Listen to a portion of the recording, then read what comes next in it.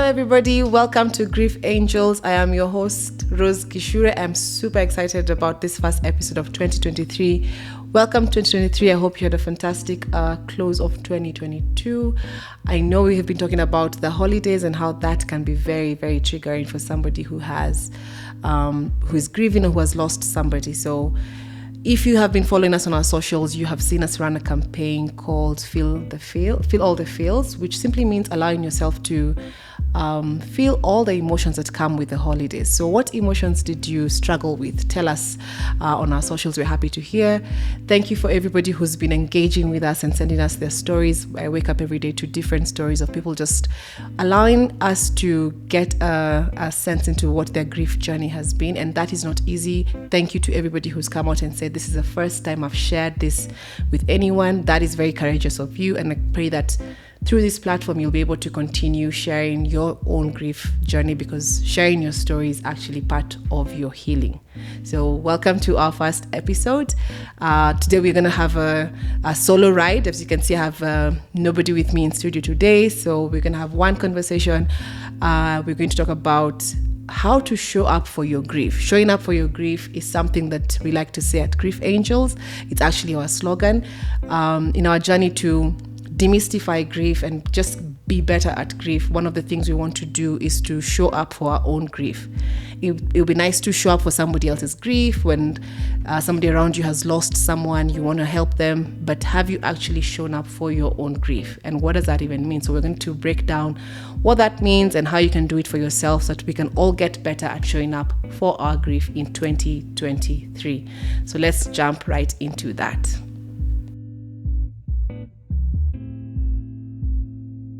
So showing up for your grief, what exactly does that mean? It's in our slogan, it's our motto at Grief Angels podcast.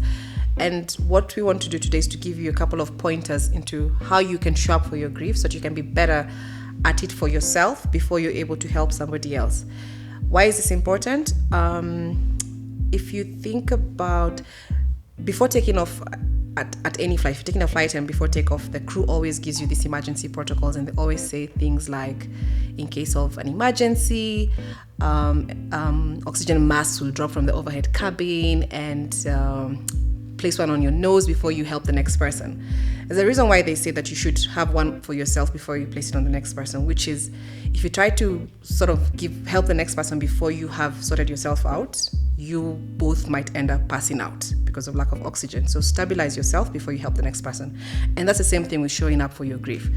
If you don't show up for your grief first, then you won't be able to help the next person, because how are you going to help them if you don't know how to help yourself? So a couple of pointers we want to give you today on how you can do that for yourself. And maybe before you even get to the pointers themselves, there are three, I'd say, truths or facts that you must come to terms with. Okay, so 3 facts that you must come to terms with when it comes to showing up for your grief is, I think the most important one is, no one can do it for you. You have to do it yourself. Grief and grieving and this grief journey is not something that you can delegate to the next person. You cannot outsource it to somebody else who's going to do it for you. You have to show up for it yourself. As hard as it might be, you have to accept that it's going to take time and effort. So the question here is, do you set time aside for your grief? We like to go through every week and every month saying, I'm going to set some time aside for my self-care this week or this month. In that self-care, do you actually put some time block in your calendar that says grieving, for example, or grief journey, for example? Whatever it is, be intentional about it. Be intentional means the choices that you make. Healthy grieving talks about what choices do you make around, what things are you going to do, who are you going to share your grief journey with, who's that person who's going to walk this journey with, how do you spend your time in this grief journey? Because sometimes it's easy to fall into unhealthy grieving or unhealthy habits in the name of grief, right? It will require you to put yourself first, and putting yourself first can be unfamiliar because maybe you're not used to putting yourself first. You're used to taking care of everybody else around you. But even if that's unfamiliar, take some time for yourself, sit through your emotions and begin to identify them and differentiate which emotions am I going through. And now I'm already into almost a second point, which is it's not a linear process. Grief has probably 5 stages. We've had this so many times before, from the shock of it and the anger, the denial, all the way right through to acceptance. But in that whole process, it doesn't say you move from shock and now you're done with shock and then you go to anger, then you're done with anger. No. Sometimes you can move through shock and you move into anger, then you go back to shock. It's not a linear process. That's the point. All the emotions that you're feeling and that you might have worked through, and you find yourself a year in having to go through again, like, why am I still angry? I thought I was over this. Sometimes you might find yourself maybe making 10 steps forward and maybe making 100 steps backward. Be kind to yourself and be patient with yourself, because these are all very normal setbacks of the grief journey. It's not a linear process. We've said that. The last point the last realization that you must come to terms with is there's no timeline to it. So remove all, and I've said this in a previous podcast episode where I said, remove all either preconceived notions around how long you should grieve for. People will tell you it's been 2 years, why are you still grieving? It's been 10 years, why are you still grieving? Those people don't understand what that actually means, right? What grieving actually means. And that's why we are here as a podcast, to demystify how long grief can take. Grief can take as long as it needs to take. It could be longer than you hoped for. It could be years and you're still grieving. That is fine. Healthy grieving means being comfortable with how long your journey takes. So with that said, let's now jump into the tips, because we need to get through the 5 tips that we have for you today.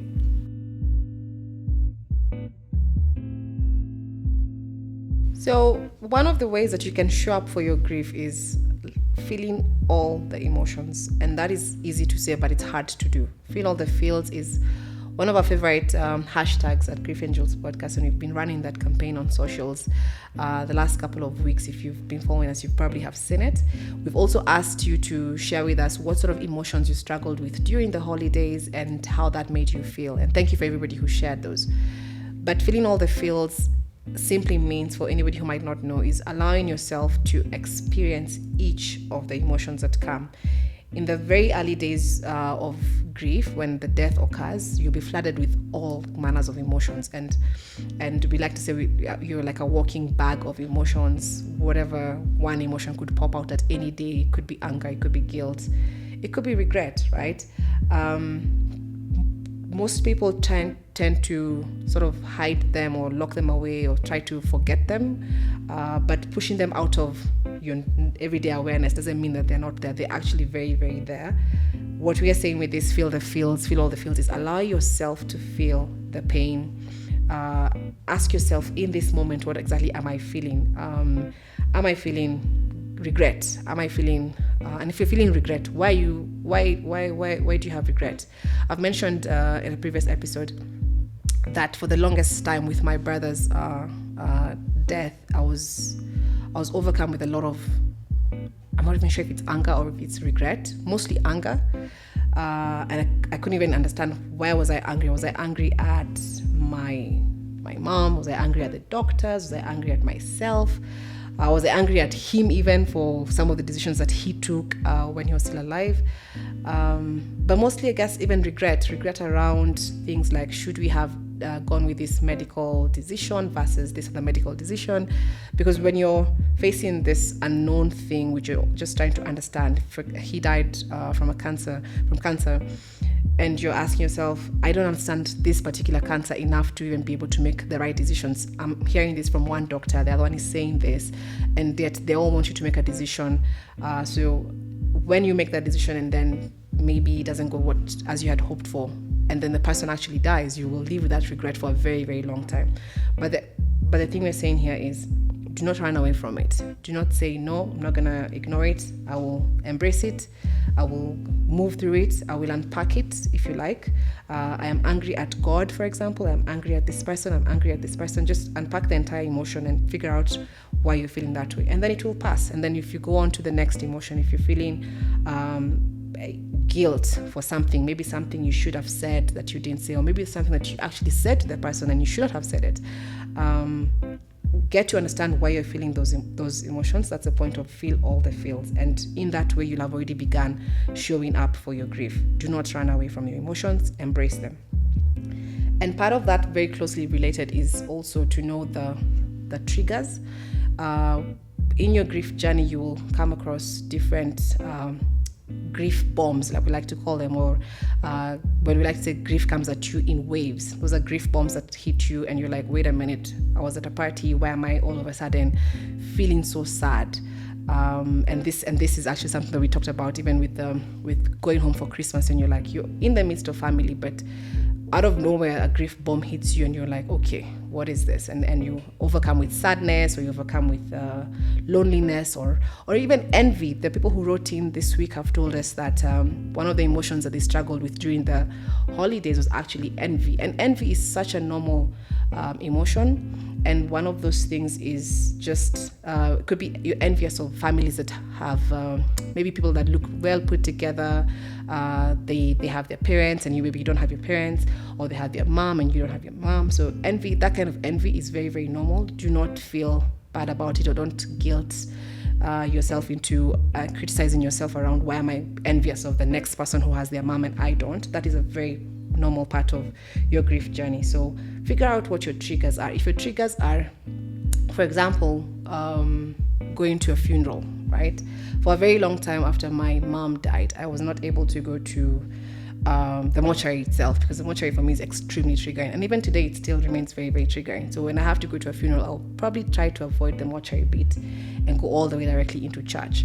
So if you know that that kind of a place triggers you, or even like we said in the last episode, if you're invited to a social setting and everybody's coupled up and you've lost your spouse, and that is a trigger for you, then either do not place yourself there, or if you have to place yourself in that kind of a setting, figure out then what coping skills do you arm yourself with, such that if that grief wave or that grief bomb attacks you and you're having a grief anxiety or a panic attack of some sorts, what do you do? So just be present and see the signs, know them, know the triggers, and also then know the coping skills that you can arm yourself with. The third one I'd say is give your grief a form of expression. Now, this one is an interesting one because in the early days, grief is characterized by tears, a lot of tears. You will cry a river if you like, right? Cry an ocean if you like.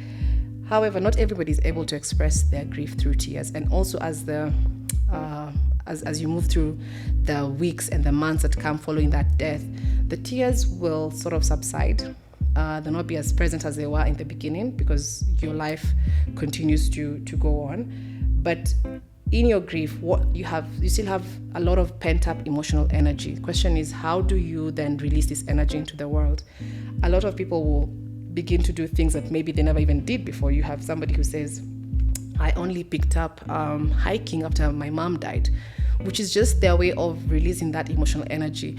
People will hit the gym, people will begin to write and keep a journal or blog. I wrote a lot. I did a lot of writing in the beginning. I did the blog early when my mom died, and that really helped me with my own grief because it was just a way to release all the emotions that I felt at the time and talked about it. Some people will start a podcast. It could be anything. So find that thing that is your thing that you can release your emotions with, ultimately giving your own grief some form of expression. Do not hold it inside. Hold it inside or bottling it up doesn't help, and it's a very unhealthy way of grieving. So question for you right now is to ask yourself, in what ways can I express my grief? Do I already have a way? Or if you don't, begin to think about how then do you express your grief. Point number 4 is solitude. Spend some time alone. There's a lot of good that comes out of this, but also there could be some bad, and we'll talk about that in a minute. Within your grief journey, you need to find moments of solitude for yourself, for you to go somewhere uninterrupted, isolate yourself, to just get that stillness and quietness and clarity to actually internalize what has just happened and what that means. At the very beginning of the grief journey, when the death just occurs, there isn't much time for spending time alone. Everybody wants to sort of shield around you or come around you to help you with your grief journey before the funeral, after the funeral. But after that noise, if you like, dies out, find some time to spend time with yourself in your thoughts to ask yourself, what is this new reality that has come my way? This person was my spouse. Now they're not here anymore. What does that actually mean? We had all these dreams that we had in place for the two of us and for our children. What does that actually mean now that they're gone? Those things, that kind of clarity will not come to you if you're surrounded by everybody else. And everybody else means well. They want to help you. But in moments of your grief, find some time to just be alone. You have to find some type of new footing for yourself as your own individual. Even if you've lost your mom, or even if you've lost your brother, maybe if it was an unexpected loss, for example, it could be an accident, could be whatever it is. Find some time to just go somewhere, isolate, go through the emotions, express somewhere where you can express your pain without even having to put up a front. So sometimes we tend to put up a front and say, hey, I'm fine, I'm good, everything is fine, I accept it. But you don't have to do that. You do that in front of people, that's fine. But in your solitude, allow yourself to just let loose, and you don't have to be brave or whatever. Just spend time by yourself thinking about what this actually means for yourself going forward. The thing about solitude, though, and that's why I said the bad part could be, if you spend too much time alone by yourself in that solitude that I've just recommended, you might actually run into things like depression, which is not good, because remember, you're going through a very traumatic time of your life where you had your very well put together life like this, and now that has been turned upside down by this loss, by the death of this person. So it's a very traumatic experience for you as a person. So it's easy to fall into unhealthy habits or unhealthy grieving, which can come to you if you're lost in your thoughts. Our minds can be a very beautiful place. A lot of ideas come from there, but our minds can also be a very dark place. A lot of bad ideas also come from there. So the question there is, find a balance. If you look at all the points we've given today, from spending time by yourself, or even giving your grief some form of expression, maybe even talking about the person, finding who to share your grief with. If you find a good balance of all those different things, then you will be okay, other than saying, now I'm going to spend all my time in solitude. That's not what we're recommending. That's for sure isn't what we're recommending. It's just finding the balance between all the different points we're giving you today and taking what works for you and running with it. So question here would be, where do you go to isolate? And what things do you do when you isolate? Food for thought. Point number 5, which I've also just briefly mentioned, is talking about them. People who've lost loved ones, we love to talk about our loved ones. We don't get a lot of opportunities to do so. Maybe with their friends, we can, like I'll talk to, now that I think about it, maybe 11 years since my brother died. I think I talk about my brother with my siblings and my cousins, and not so much as it was maybe in the beginning when it was very, very fresh. So people don't give you these opportunities to do so. So what you need to do in this particular one about talking about them is find places, find people that allow you the time and the chance to talk about your loved one. People tend to be very awkward about talking about people who've died, right? They feel like they're going to trigger your grief if they bring up your mom or if they bring up your dad.